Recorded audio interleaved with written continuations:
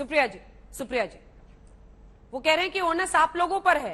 आप की अक्सर बात करते हैं राहुल गांधी जी, और वो सीधा आरोप लगा रहे हैं कि देश को वो बांटने की कोशिश कर रहे हैं, भड़काने की।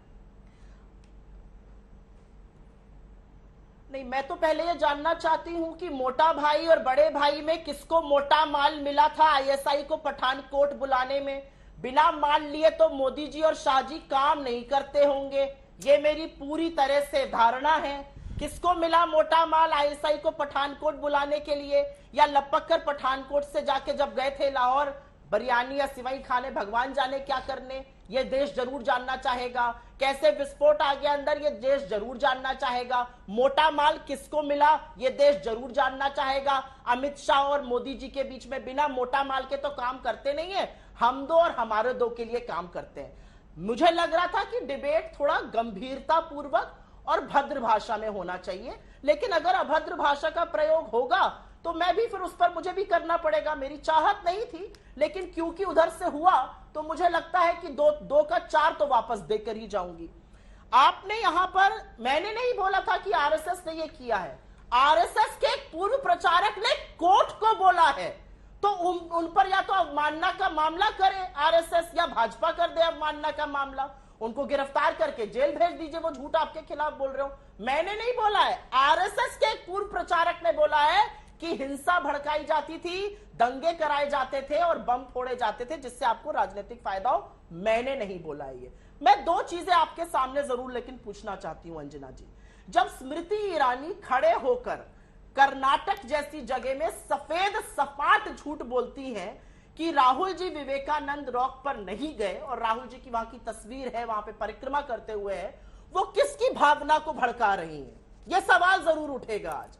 और यह सवाल भी जरूर उठेगा आज कि जब राहुल जी की बातचीत को, जो उन्होंने एक पादरी से करी, तोड़ मरोड़ कर प्रस्तुत कर रहा है भाजपा का ऑफिशियल हैंडल, तो मैं जानना चाहती हूं कि वो किसकी भावना को भड़का रहे हैं। और एक बात तो सच है अंजना जी, ये कितना भी कह ले कि इनको यात्रा से फर्क नहीं पड़ता, ऐसा हो चुका है पहले भी, कुछ नहीं होने वाला है। अगर ऐसा नहीं था तो आपका ऑफिशियल हैंडल ट्रोल ना बनता। और नहीं, मैंने ये नहीं कहा था, यही आपकी गंदी विकृत मानसिकता है कि क्यों बोल रहे हैं असम के मुख्यमंत्री। मैंने ये कहा था कि असम के मुख्यमंत्री तक को ट्रोल बन जाना पड़ रहा है यहां पर राहुल जी के खिलाफ दुष्प्रचार करने के लिए। ठीक है, संवेदनशीलता की बात अच्छी कही, मैं उसका आदर भी करती हूं, उसका सम्मान भी करती हूं। और क्योंकि संवेदनशील हूं तो दो बात जरूर पूछूंगी। जब 11 बलात्कारियों को रिहा करा जाता है और लाल किले की प्राचीर से प्रधानमंत्री कहते हैं महिलाओं का सम्मान होना चाहिए, संवेदनशीलता किसकी और कब मर जाती है? जब कठुआ की बच्ची के रेपिस्ट के साथ आप खड़े हो जाते हैं तो संवेदनशीलता कहां मर जाती है? जब यही पर्टिकुलर प्रवक्ता, इनके मुंह से जब मैं सुनती हूं आप ही के शो पर कि ऑनर किलिंग का मामला है हाथरस और सीबीआई की चार्जशीट आती है, तो क्या इन्होंने कोई सार्वजनिक अपॉलॉजी करी? इनकी संवेदनशीलता कहां मर जाती है? मुझे ऐसा लगता है अपने ऑफिशियल हैंडल से होम मिनिस्टर का ऑब्सेशन की वो इसकी बात कर रहे हैं, ये दिखाता है कि भाजपा घबराई है। और घबराना किसी भी पॉलिटिकल पार्टी के लिए लाजमी है।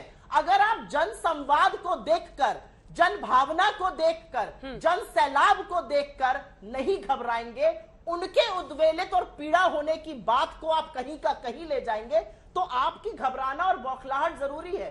बोराइए मत, ये देश है, ये सबका सम्मान करता है। आपका भी सम्मान किया 10 साल, अब देखिएगा आपको निकाल फेंकेगा, क्योंकि आपने इस देश की जनता का सम्मान करना बंद कर दिया था। बेरोजगारी बढ़ाकर, संवेदनशीलता से लेकर एक-एक मुद्दे पर उन्होंने जवाब दिया और ये भी कहा है कि आप लोग बौखलाए हुए हैं। जो जन संवाद राहुल गांधी कर रहे हैं उससे आप लोग बौखलाए हुए हैं, रोज एक नई चीज खोज कर निकालते हैं।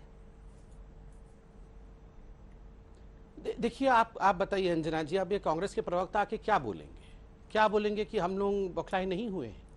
अब बेचारे 100 टन के पत्थर को अपने दिल के ऊपर रखकर इनको रोज रोज राहुल गांधी के बारे में अच्छा तो बोलना पड़ेगा। उनके चलिए अध्यक्ष नहीं है, इनके नेता हैं, अब इनको खुद ही पता नहीं अध्यक्ष बनेंगे नहीं बनेंगे, क्या होगा, ये तो भगवान ही जाने क्या होने वाला है कांग्रेस।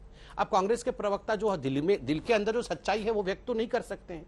अभी मैडम बोल रही थी उनको अब अभद्र भाषा का प्रयोग करना पड़ेगा। नहीं, बिल्कुल स्वागत है जी, आप करिए, हम तो तैयार, हम लोग तो ढाल वाल लेके ही आते हैं। बहना, जब आपके साथ डिबेट करने आते हैं तो पूरा ढाल कमान सब लेकर आते हैं कि अभद्र भाषाओं का तो बारिश होगी, मगर हम यहाँ भद्रता और शीलता के साथ अपने विषय को रखेंगे। और अंजना जी, मैं आपके पीसीआर से रिक्वेस्ट भी करूंगा, यहाँ अभी इन्होंने झूठ कहा आसाम के सीएम को लेकर। पहले वाक्य में इन्होंने कहा था दूर दराज आसाम के सीएम। दूर दराज क्यों है आसाम? आसाम भारत का हिस्सा नहीं है क्या? वो दूर दराज हो गया? तो इसलिए वो निकाल के देख लीजिए जो मैंने बोला था, दूर दराज इन्होंने कहा कि नहीं। दूसरी बात, इन्होंने कहा स्मृति ईरानी जी। देखिए, स्मृति ईरानी जी को यहां से चैलेंज करने की कोई जरूरत नहीं है। मैं चैलेंज करूं या मेरी बहन जो कांग्रेस पार्टी से आई है वो अभद्र भाषा के बौछारों के साथ उन्हें चैलेंज करे, छोड़ दीजिए ना, हम तो बहुत छोटे छोटे कार्यकर्ता हैं। मैं तो कह रहा हूं, स्मृति ईरानी जी ने तो चैलेंज किया था राहुल जी को कि अमेठी से जीत के दिखाओ। क्या हुआ?